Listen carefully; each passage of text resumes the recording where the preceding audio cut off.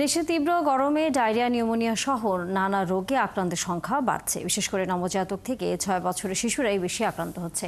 ডাক্তাররা বলছেন, বেশি গরমে পানিবাহিত রোগ, ডায়রিয়া, জন্ডিস, হেপাটাইটিস এ ও ই ভাইরাসের প্রকোপ বেড়ে যায়। এদিকে দীর্ঘ ছুটির শেষে স্কুল কলেজে ক্লাস শুরু হওয়ায় এই সংখ্যা আরও বেড়েছে। আরও জানাচ্ছেন মেহেদী হাসান। বাংলাদেশ শিশু হাসপাতালে জরুরি বিভাগ। আগে দৈনিক 150 থেকে 200 রোগী চিকিৎসা নিতে হাসপাতালে আসতো, তবে এখন সেই সংখ্যাটা প্রতিদিন বাড়ছে। হাসপাতালগুলোতে বাড়ছে হিট স্ট্রোক সহ জ্বর, সর্দি, ডায়রিয়া ও নিউমোনিয়ার রোগী।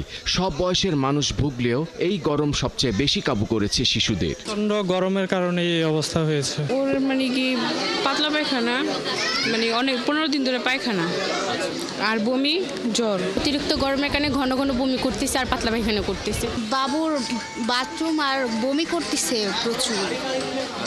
বমি করার কারণে পুরো শরীর ছাড়ে দিছে, একদম অসুস্থ। এখন ঢাকার প্রতিটি হাসপাতালের চিত্র এমনই।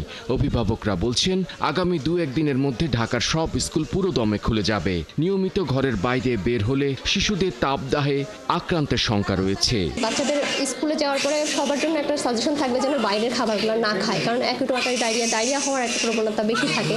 আর বাবা মাকে অবশ্যই পানি খাওয়ানোর জন্য বলতে হবে যেন তারা পানিটা যথেষ্ট পরিমাণে খায় আর বাইরের খাবার খাবে না। এটাই হচ্ছে মেন। এখন এই সময়টাতে লুজ মোশন বলেন, এগুলো একটু বেশি হওয়ার সম্ভাবনা থাকবে, সাথে নিউমোনিয়া এগুলোর একটা চান্স থাকে। তো তীব্র গরমে পানিবাহিত রোগ যেমন ডায়রিয়া ও কলেরার নানা শ্রেণী জীবাণুর প্রকোপ বেড়ে যায়। তবে আবহাওয়া অধিদপ্তর বলছে, এখন বৃষ্টি হলেও গরম কমার সম্ভাবনা নেই। 12 তারিখে কাছাকাছি গিয়ে কয়েকটা জেলা কমে আসতে পারে, ব্যাপ্তি কমে আসতে পারে, বিস্তৃতি কমে আসতে পারে, কিন্তু হিটওয়েভ থাকবে। 13-14 আমাদের ঢাকা যদি মনে করেন 13-14-15 আগে তেমন একটা কমার সম্ভাবনা কম।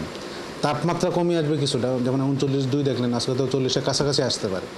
0.4 প্লাস মাইনাস হলে আমাদের এটা আনচেঞ্জ ধরে, কিন্তু 0.5 চেঞ্জ হয় তখন সেটাকে বলবো যে না কিছুটা চেঞ্জ।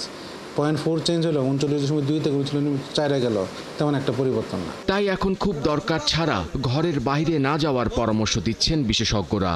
তারা বলছেন, বাইরে গেলে সঙ্গে ছাতা, খাবার, স্যালাইন নিতে হবে, পরতে হবে সাধারণ সুতি কাপড়।